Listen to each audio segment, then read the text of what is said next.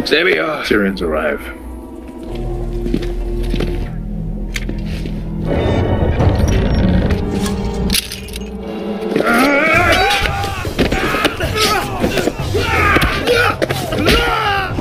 Fucking kill him! Fuck!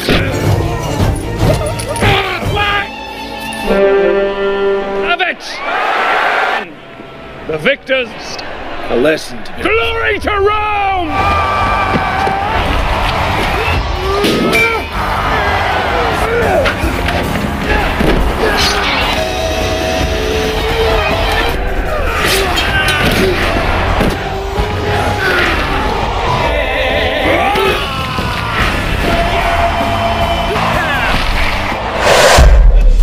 Bismillahirrohmanirrohim. Assalamualaikum warahmatullahi wabarakatuh. Doa movie lovers, dimanapun kalian berada. Semoga kalian semua dalam keadaan sehat dan selalu bahagia. Di kesempatan kali ini, saya akan menceritakan alur cerita film Spartacus Gods of the Arena, episode 6. Tentunya dengan rasa yang berbeda, dan juga dengan kemasan yang berbeda pula. Oke, tak usah berlama-lama lagi, supaya tidak menimbulkan pemborosan kata. Dan inilah, sebuah pantun untuk Anda semua. Parman bacoan dicekel hansip, mari mangan garokoan kurang sip. Lepaskan sepatu Anda, lepaskan pakaian Anda, dan lepaskan penutup kepala Anda, serta segala beban pikiran yang ada di otak Anda. Dan, intro.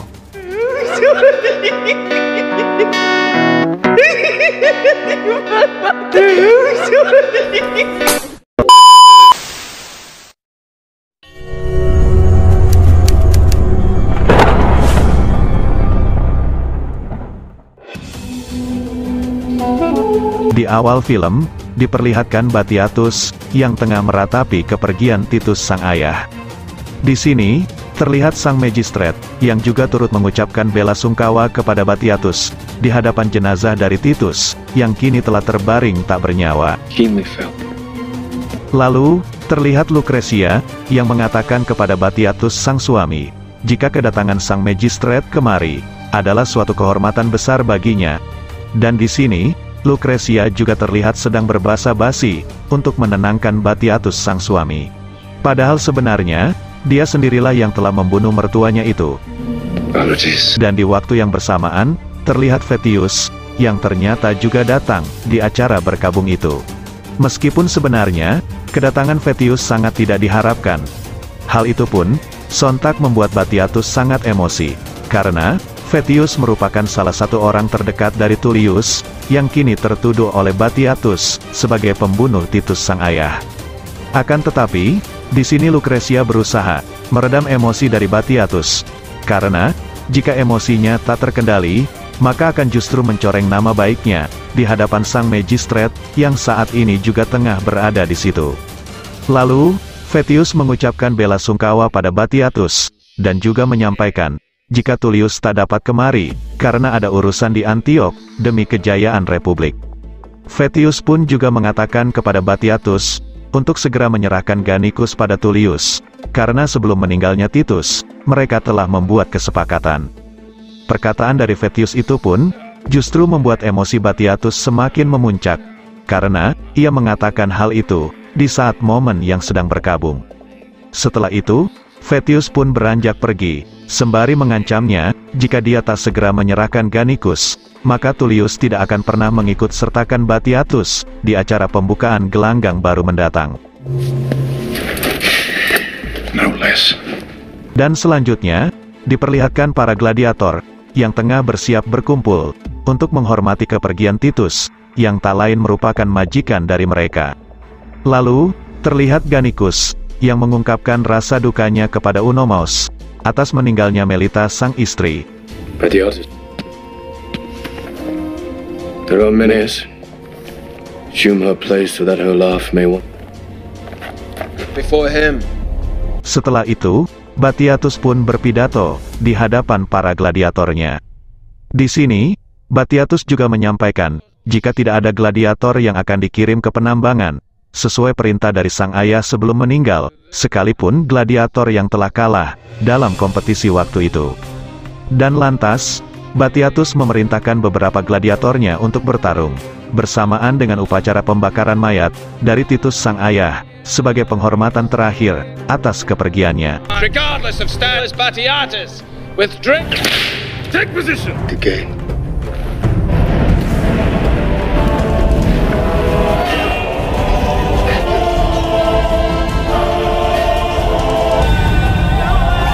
Clears and the embers die. Setelah itu, diperlihatkan Batiatus yang menunjukkan kepada Gannicus bukti nota penjualan dirinya kepada Tullius.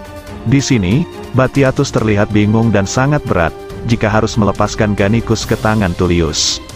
Akan tetapi, Gannicus justru meminta Batiatus untuk segera menyerahkan dirinya kepada Tullius, dengan alasan supaya Gannicus bisa segera membunuh Tullius untuk membalaskan dendam Titus sang ayah.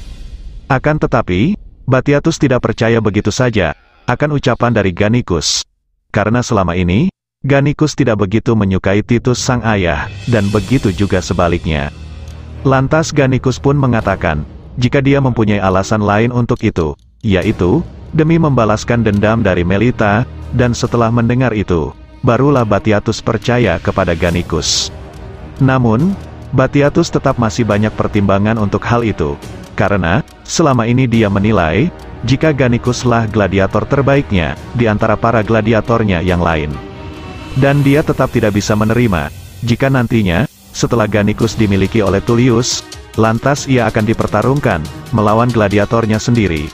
Akhirnya, Batiatus pun mengatakan kepada Gannicus, jika dia akan mencari cara lain, untuk mengatasi permasalahan ini, dan akan segera menghubunginya kembali. Tullius, he's forever so how you find yourself close enough to Tullius. Win each fight against my fuck. It is Dominus. Dan selanjutnya, terlihat Lucretia, yang tengah berbincang-bincang dengan Solonius. Di sini, Lucretia masih bingung, memikirkan permasalahan Batiatus dan Tullius, yang tak kunjung usai, hingga saat ini. Lalu, Solonius mengatakan pada Lucretia, jika permasalahan antara Batiatus dan Tullius tidak segera diselesaikan, maka dia mengkhawatirkan, jika nantinya akan timbul permasalahan baru, yang akan lebih besar. Lalu, Solonius menawarkan pada Lucretia, yaitu, jika permasalahan ini nantinya menjadi semakin parah, dia pun menyuruh Lucretia, untuk tinggal di rumahnya, demi keamanan dari Lucretia. Dan tak lama kemudian, terlihat Batiatus, yang menghampiri mereka berdua. Dan di waktu yang bersamaan, Solonius terlihat berpamitan untuk pulang. Akan tetapi, di sini Batiatus langsung mencegahnya. Karena saat ini, dia sedang membutuhkan nasihat darinya. Dan pembicaraan di sini pun, masih tentang permasalahan dengan Tullius.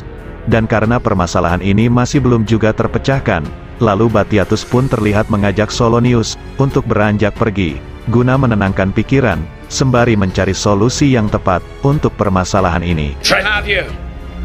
Jeez. Dan selanjutnya, diperlihatkan Nivea, yang sedang ditato punggungnya, yang dimana tato tersebut, dipercayakan oleh Lucretia pada Nivea, sebagai orang atau budak kepercayaannya. Semula, jabatan tersebut diposisikan pada Melita, yang kini telah tewas. Lucretia pun berpesan kepada Nivea, supaya dia selalu setia padanya. Dan Nivea pun lantas menyanggupi, atas amanat yang telah diberikan, oleh majikannya tersebut. Sharpened blade. Dan tak lama kemudian, terlihat Batiatus, yang menyuruh Lucretia sang istri, untuk memerintahkan Onomaus, guna menemui Gannicus, dan menyuruhnya bersiap, untuk pergi dari kediamannya. Gannicus to leave these walls. Onomaus pun mendatangi Gannicus, dan mengatakan padanya, jika Batiatus tidak akan menjualnya kepada Tullius, karena, mungkin Batiatus sudah menemukan jalan lain, untuk menyelesaikan permasalahannya dengan Tullius. Then question mark. Follow. I would rather you join her now. I do not. Fast. Once. See memory of beloved wife forever. Dan setelah itu, diperlihatkan Solonius, yang telah menemui Tullius dan Vettius. Di sini, terlihat Tullius yang marah besar dan mengamuk, serta menodongkan pisau ke wajah Solonius, setelah Solonius mengatakan padanya, jika pagi tadi, Batiatus hendak menjual Gannicus ke pedagang Sirian. Dan karena merasa terancam, akhirnya Solonius pun mengatakan tentang keberadaan Batiatus, jika ia akan menemui orang Sirian itu di ujung kota. Dan tanpa berpikir panjang, Tullius pun langsung mempersiapkan anak buahnya untuk menyusul Batiatus yang telah berada di sana. Lantas, Solonius mengatakan pada Tullius agar dia berhati-hati, karena Batiatus mempunyai rencana untuk menghabisinya. Akan tetapi, Vettius yang juga berada di sebelahnya, ia pun terlihat meremehkan Batiatus, yang lantas di situ, mereka pun menghina, sembari menertawakan Batiatus di hadapan Solonius. Selanjutnya, diperlihatkan Batiatus bersama Barca, Gannicus, dan juga Doktore, yang telah berada di ujung kota. Syrians arrive. Dan tak lama kemudian, muncullah Tullius dan Vettius, yang di waktu bersamaan, terlihat juga Asur, dan para gladiator milik Batiatus yang lain, yang juga bermunculan, di setiap sudut tempat itu. Mereka pun lantas mengepung Tullius dan Vettius, beserta anak buahnya, yang lalu mau tidak mau, mereka pun akhirnya harus bertarung, untuk menghadapi Batiatus dan para gladiatornya.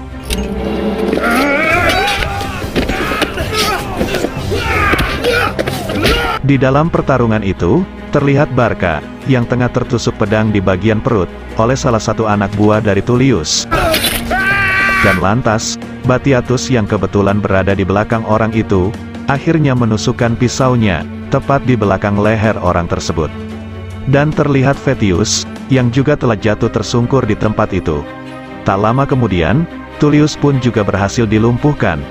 Akan tetapi, di saat Doktore hendak menusukkan pedangnya ke arah Tullius, tiba-tiba Batiatus menghentikannya.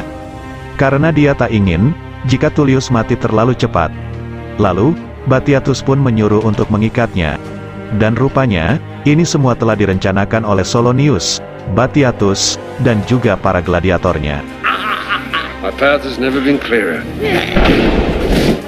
Dan selanjutnya, diperlihatkan Vettius, yang telah tersadar dari pingsannya, dengan tubuh tergantung dan terikat tali, serta dengan mulut yang tersumpal. Yang kini, dia telah berada di markas Batiatus. Solonius yang berada di situ, ia pun lantas membuka sumpalan di mulut Vettius. Lalu, Solonius memberikan penawaran kepada Vettius, yaitu jika ia masih ingin tetap hidup, maka Solonius memerintahkan Vettius untuk memberitahukan kepada sang magistrat dan para petinggi-petinggi yang lain, pada saat acara pembukaan gelanggang baru nanti, jika Tullius tidak dapat menghadiri acara tersebut, karena ada keperluan yang mendesak di Antiok. Solonius pun juga meminta Vettius untuk menyerahkan seluruh gladiator miliknya kepada Solonius. Dan karena Vettius merasa, jika nyawanya terancam, maka mau tidak mau, Vettius pun akhirnya menyanggupi tawaran dari Solonius tersebut. Dan di sisi lain, terlihat Crixus, yang kembali dipanggil oleh Lucretia, untuk masuk ke kamarnya. Dan rupanya, tujuan Lucretia yaitu, untuk kembali menabur benih dari Crixus di rahimnya. Akan tetapi, kali ini Lucretia menginginkan pemandangan yang indah, dari penampilan Crixus. Yang lantas, Lucretia pun memerintahkan Crixus, untuk membersihkan tubuhnya, serta rambut panjang, dan sekaligus jenggotnya.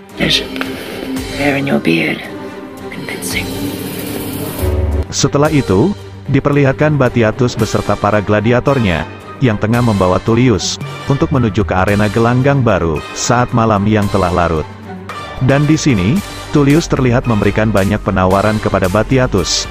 Bahkan, dia akan berjanji, untuk mengabulkan semua keinginan dari Batiatus, karena nyawa Tullius, kini sudah berada di ujung tanduk. Akan tetapi, sepertinya semua sudah terlambat, karena, apapun penawaran yang akan diberikan oleh Tullius, tak akan sebanding, dengan perbuatan yang telah dilakukan oleh Tullius, pada Batiatus.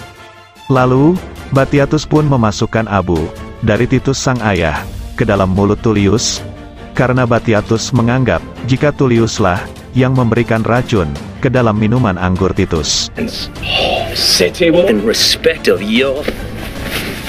the man himself. Dan karena merasa, jika dia tidak pernah melakukannya, di sini Tullius pun sempat membantah, akan tuduhan dari Batiatus tersebut. Namun, Batiatus yang sudah gelap mata, ia pun akhirnya menusukkan pisau yang telah dipegangnya itu ke perut Tullius.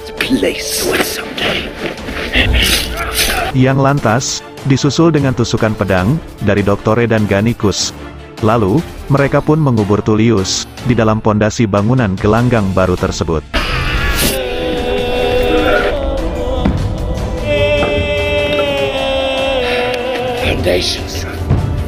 Dan di sisi lain, terlihat Lucretia dan Crixus yang sedang bermantap-mantap di dalam kamar Lucretia.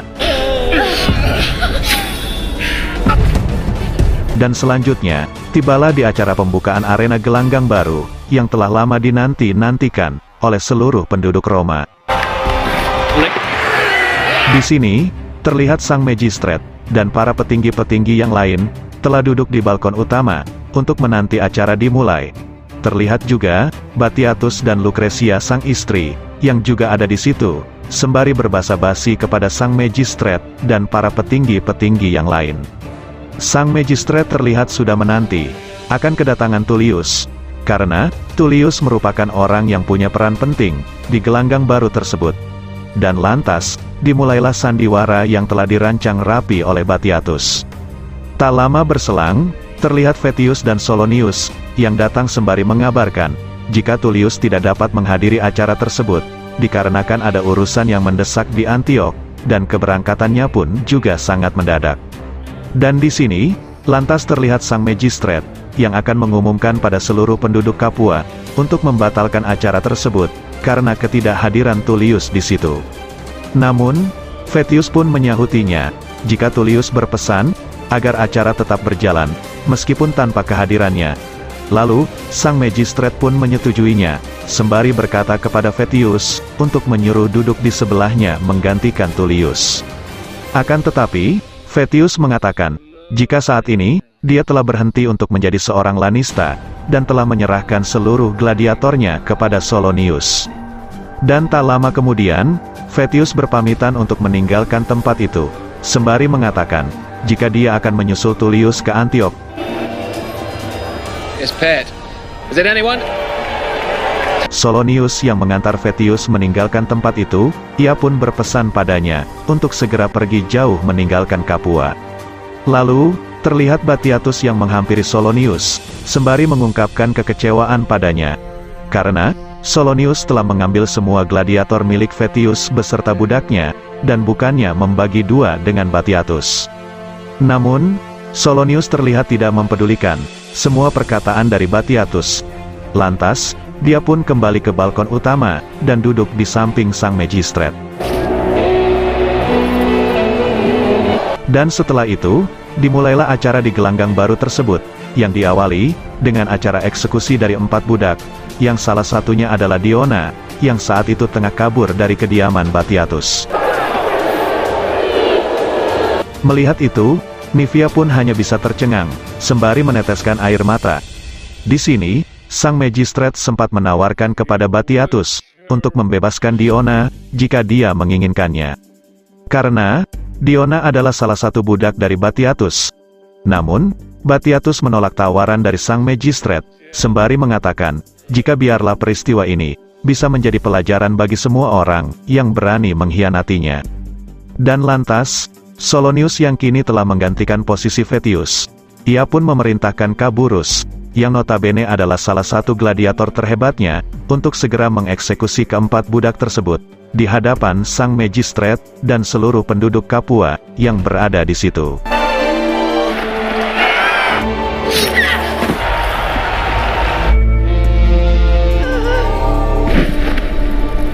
Dan setelah itu, terlihat Doktore, yang telah mempersiapkan para gladiator untuk acara pertarungan mematikan di gelanggang baru tersebut.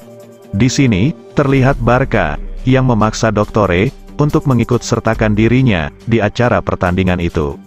Namun, Doktore tetap tidak mengizinkannya, karena saat ini, Barca masih terluka parah di perutnya. Lalu, terlihat Doktore, yang menghampiri Gannicus, sembari mengatakan padanya, jika dia akan bertarung menghadapi Usgetius dan Sinotes, sebelum acara pertarungan utama dimulai. Namun, di sini Doktore memerintahkan Crixus untuk bersiap, karena Dialah yang akan mengawali pertarungan tersebut, sebelum Gannicus dan rekan-rekan gladiatornya yang lain. Dan tak lama kemudian, terlihat sang magistrat yang berpidato di hadapan seluruh masyarakat Capua, guna mengumumkan akan segera dimulainya acara pembukaan gelanggang baru tersebut. Sang magistrat juga menyampaikan, jika di sini, para gladiator milik Batiatus akan dipertarungkan melawan para gladiator milik Solonius, dengan tema, pertarungan tanpa ampun dan mematikan.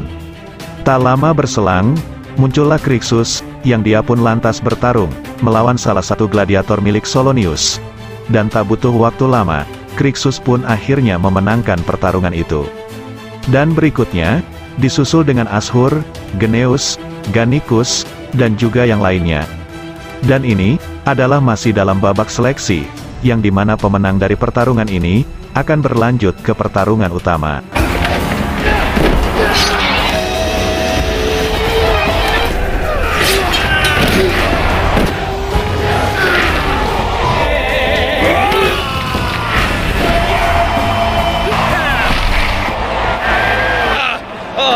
Twice your man. Malam hari pun tiba.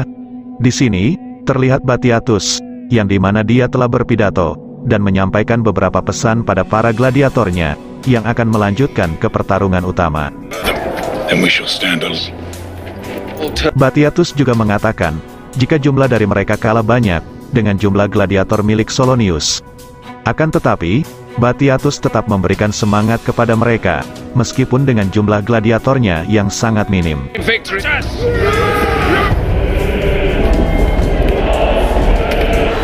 Lantas, Doktore memerintahkan para gladiator untuk berbaris, guna bersiap menuju ke pertarungan utama, yang telah dinantikan oleh sang magistrat dan seluruh masyarakat Capua. Trompet pun telah berbunyi, yang berarti, akan dimulainya pertarungan utama tersebut. Para gladiator pun berbaris menuju ke tengah arena, disertai sorakan hebat dari para penonton. Kedua kubu pun telah bersiap di tengah arena, dengan lingkaran api yang membatasi mereka. Yet hungers, and himself, and it is. Dan lantas, sang magistrat pun kembali berpidato, hingga dimulailah pertarungan utama itu, setelah terdengar aba-aba dari sang magistrat. Yourself removed. With the sound to begin. Pertarungan itu pun berlangsung seru dan sangat menegangkan. Kedua majikan dari para gladiator yang berada di balkon utama, yaitu Batiatus dan Solonius, mereka pun terlihat saling mencemooh satu sama lain.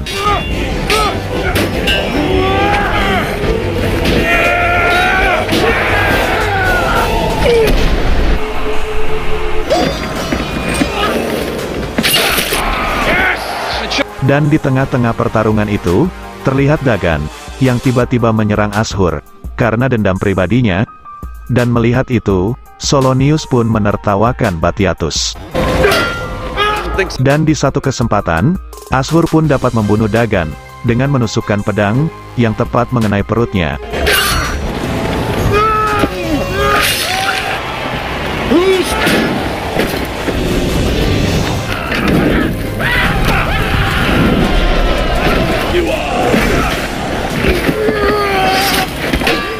Di sini juga terlihat Ashur, yang akan mengayukan tombak pada Gannicus, saat dia sedang fokus bertarung melawan Caburus.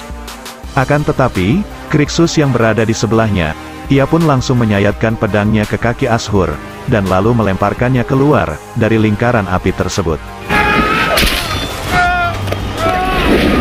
Setelah itu, Crixus pun segera membantu Gannicus, yang bertarung seorang diri menghadapi Caburus, yang terlihat, dialah satu-satunya gladiator milik Solonius, yang kini masih tersisa. Di sini, Crixus pun lantas tersayat pedang dari Caburus. Dan melihat itu, Gannicus pun segera bergegas untuk menyelamatkan Crixus, dengan mendorong keluar dari kobaran api, yang artinya, Crixus tidak dapat melanjutkan pertarungan itu. Dan kini, Gannicus pun melawan Caburus seorang diri. Melihat itu, Solonius pun kembali bersemangat, karena kondisi pertarungan telah berimbang, yaitu 1 lawan 1. Di sini, terlihat Gannicus yang sempat kewalahan oleh serangan dari Kaburus, sehingga hal itu membuatnya jatuh tersungkur. Akan tetapi, Gannicus kembali bangkit setelah ia menatap Doktore yang terlihat telah memantaunya dari kejauhan.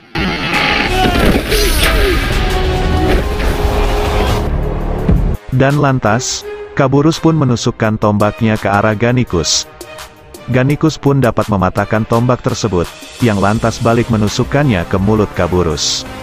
Dan akhirnya, pertarungan itu pun dimenangkan oleh Gannicus, si Dewa Gelanggang.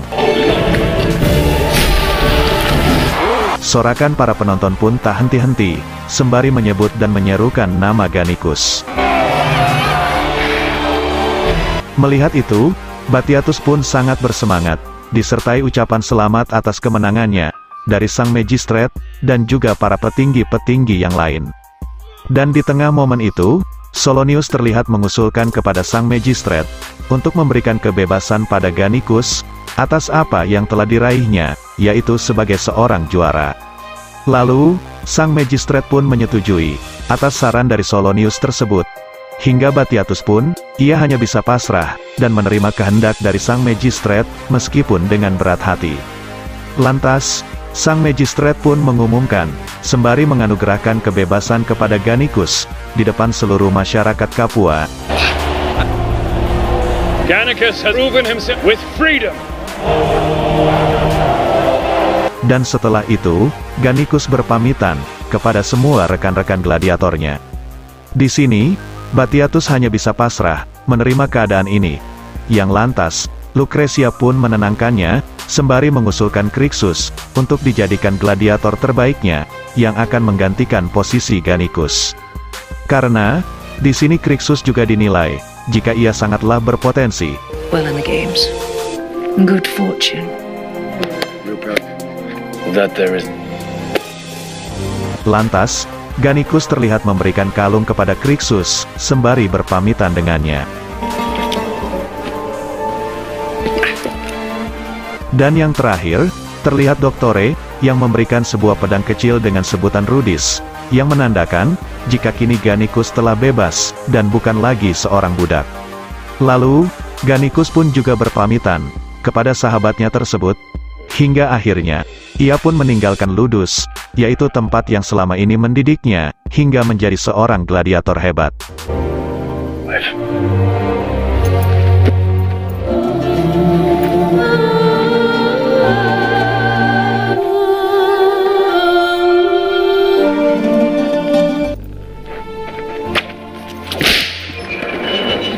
And it is spoken within these walls. Let us look towards a brighter future.